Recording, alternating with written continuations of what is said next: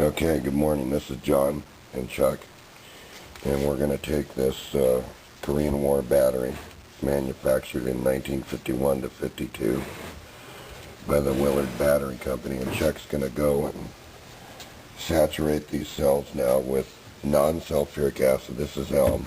He's mixed up. So we'll be right back as he starts. Well, no, we'll just stay here. And we'll show you how we're going to do this.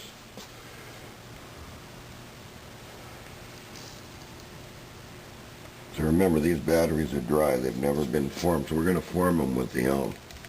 And as you can see in here, you can see this lead. It's had the caps on, so it hasn't been able to oxidize. It's really shiny. It hasn't ever been formed. Yeah, you can see it through here, right here. These are not formed, or one would be slate gray and one would be charcoal gray in a typical lead acid battery, and that would show you what the chemical reaction is as it moves from one to the other. So he's just going to fill these, and then we're going to see if we get some voltage without even applying anything. So I'll be right back. Okay, John back here.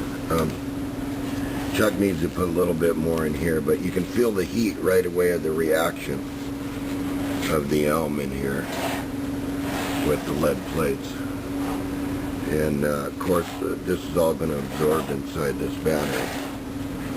And I would suspect right at this point in time you have some potential without the lead acid.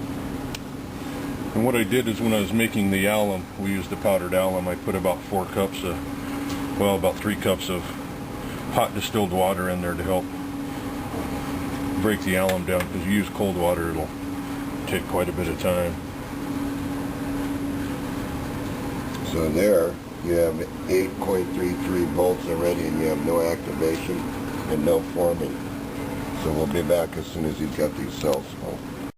Now Chuck's going to have to put more acid in here because it's absorbing in this 1952 cardboard separators that Willard used.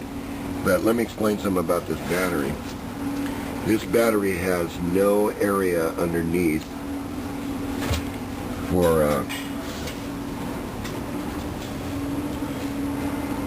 anything to fall down, if you notice. And the military thought that was a pretty good idea at the time. And what this battery was actually used for was an infrared camera for snipers. And it was just a 6-volt cell. And what I did was I bought a bunch of these surplus and donated a bunch to charity for the money that I got from the lead. And some I saved. And and what I did was I glued these together, but Chuck's got one here. You can see that this is lead oxide forming on the post. They're so old. And you can see actually inside there that they've never been formed. So I want everybody to understand that what we're going to do is form these with the Alum and no sulfuric acid. And then we're going to see how the battery performs on the load down. And we'll be back. Alright, we haven't given this any charge. And it showed about 8 volts, so we'll see if it's got any current. Yeah, it does. You had it before.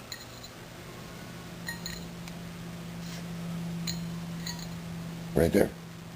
Okay, you can see that the glow in the light, so it's got current with the Alum. So here, I'm going to show you something, and I'll be right back here in a second. I'm going to put 1 amp on it, and I'll show you that. 12 volts and 1 amp. Okay, we're back, and you can see on the supply, well, turn it to 0, that it's about 8.8 volts and no current. Okay, so what Chuck's going to do is just run that to 12 volts.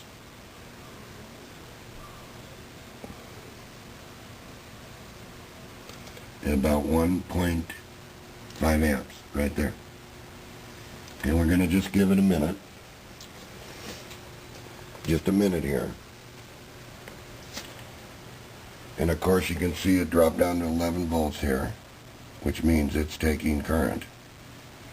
And now we're at 2.5 amps. Okay, so if we disconnect this, and now Chuck puts the headlight across it.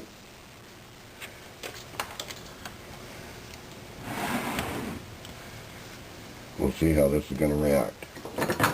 And then we'll go for the forming.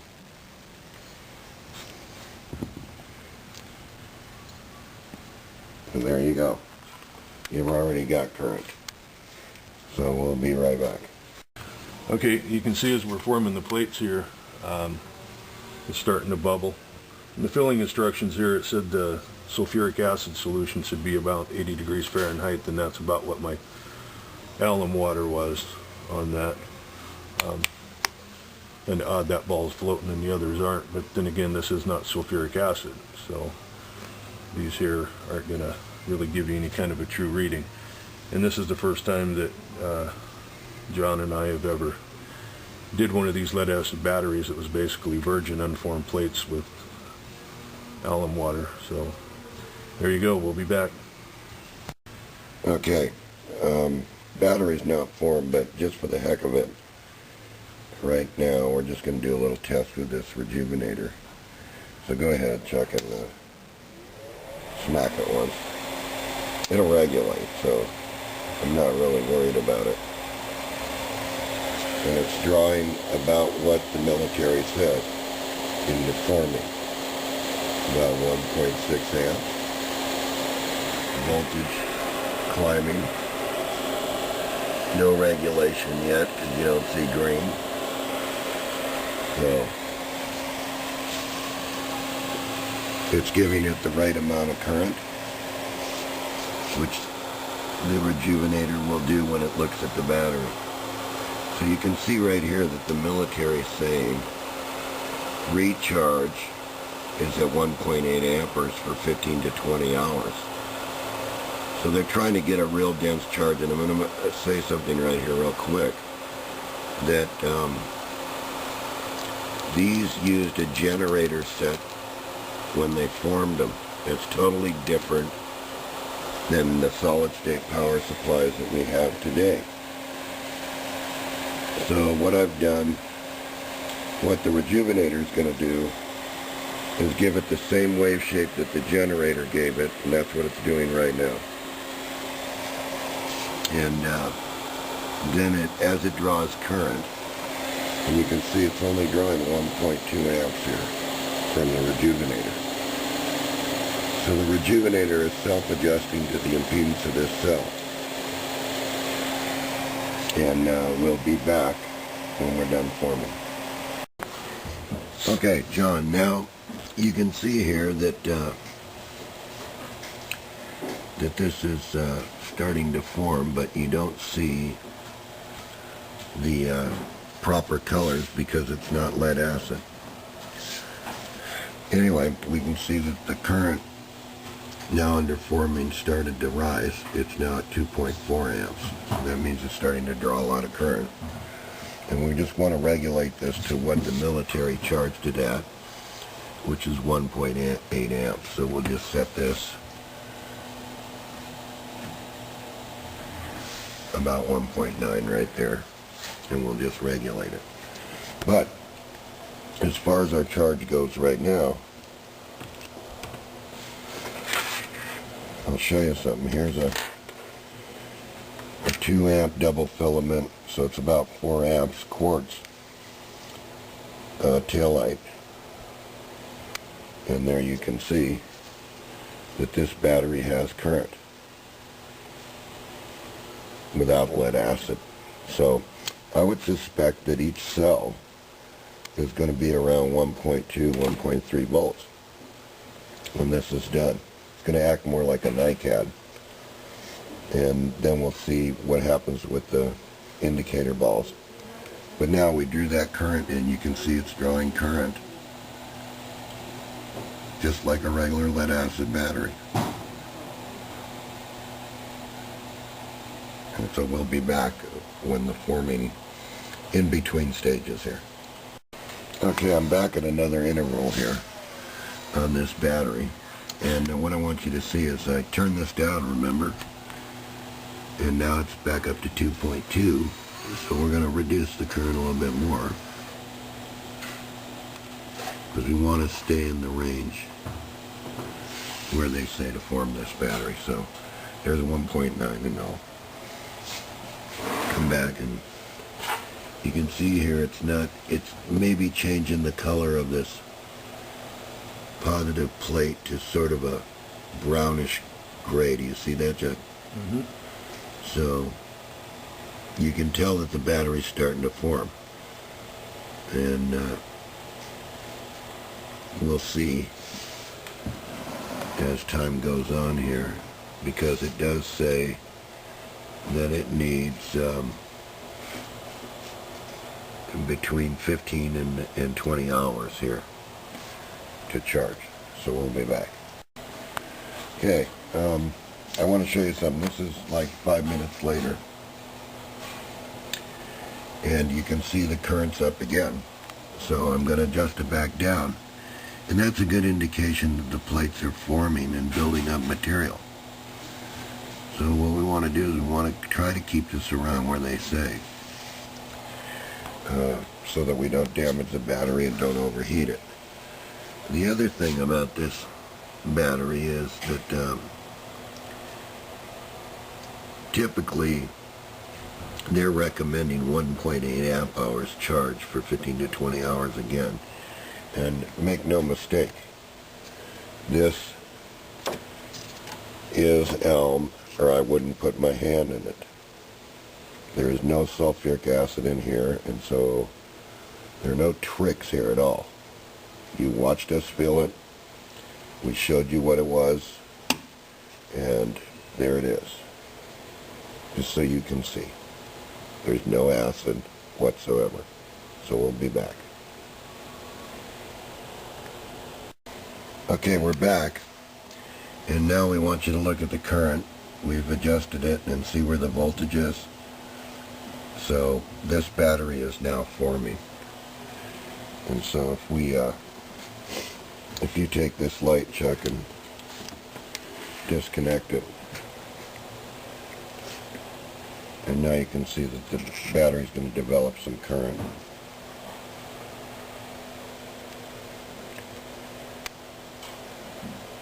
And in fact, let's try the car headlight here.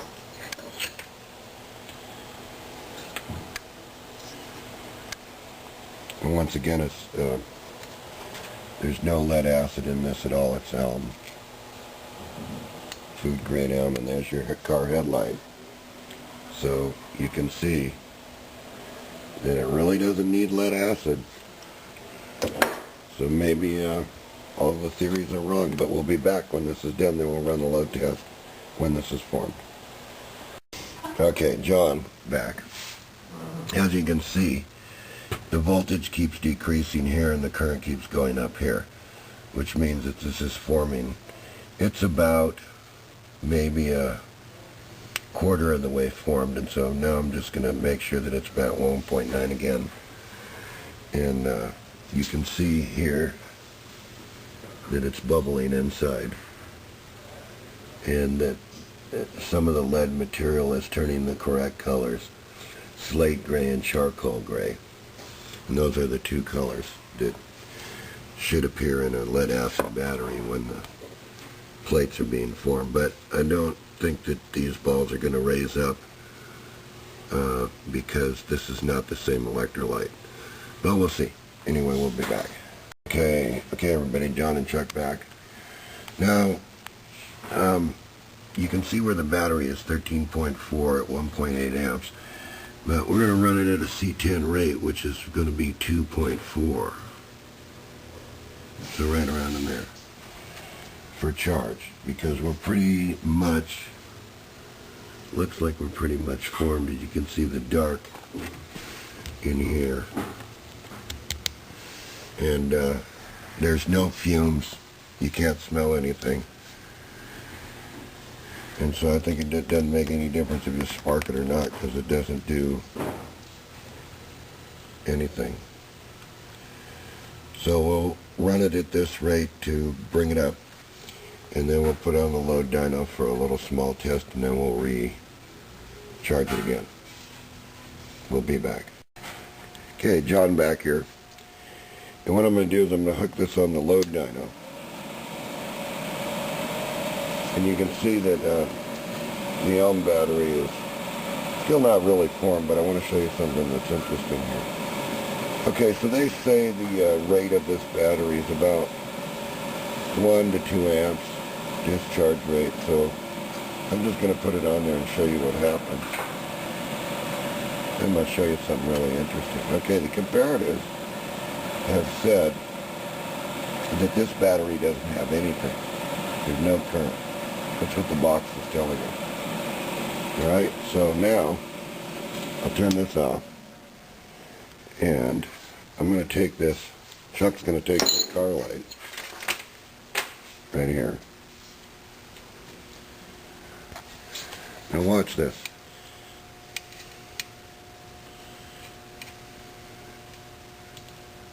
Okay, look at the light. Now if that battery didn't have anything, that light would be going dead. And that light is far from going dead. So, we just want to show you something here. It was very interesting what happened there with this battery. So we'll be back. Okay, John, I'm back. Okay, as you can see, the battery now, when you look in here, the positive is charcoal gray and charcoal black actually, and the negative is slate gray, which is indication that the battery has pretty much formed with the Alum. And I suspect there's some reasons for this. When the manufacturing process has taken place, in pasting the plates, they use sulfuric acid to mix with the paste so that they can form the plates into a grid. And of course these batteries are not formed. As you can see from this one, there is no forming process at all. See, the two colors are identically the same in the holders for the plates. So it's just pure lead. It's a virgin battery, and so all we did was put Alum solution in there. And so what I'm going to do next is attempt to run a load with it, and we'll see where it goes. But this is the second day. I'll be back. Okay, now what I want to do with this battery is I just want to pull it on the C20 rate. And so here's the chart, and here's the settling voltage. And we're going to go by this meter, and so we're going to just load it on this first button. And we're going to watch what it does.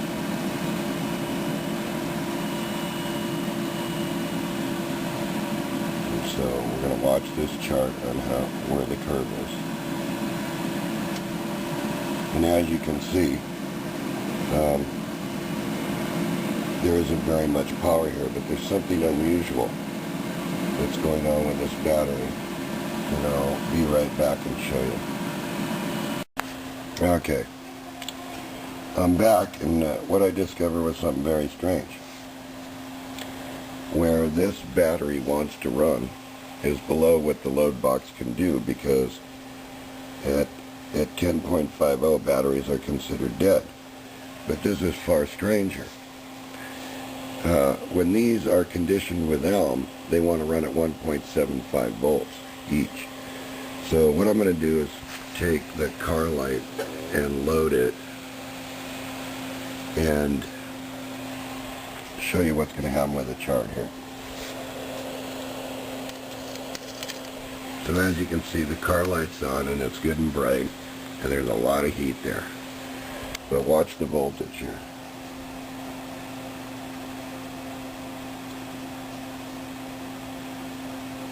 And you can see it dip down here to the load. And then what it's going to do is find a spot and stay there. Now if you go and measure this, if you divide this number into 6 cells, you can see where the cells want to stay at. And you can see it's going to flatten out of here. So I'll be back and show you. Okay. Now we're back, and you can see this is where the battery is going to run along, because each cell wants to act like a NiCad cell, even though this is not a NiCad battery. This is a lead acid battery, but just formed with Alum. So each one of these cells wants to be at around 1.7 volts, and you can see here that the curve is flattened out in the 10 volt range. See it? Just above 10 volts right here. And so we're going to let this go and see how long this actually lasts on this load, and we'll be back to show you as soon as it starts to dip down in the curve.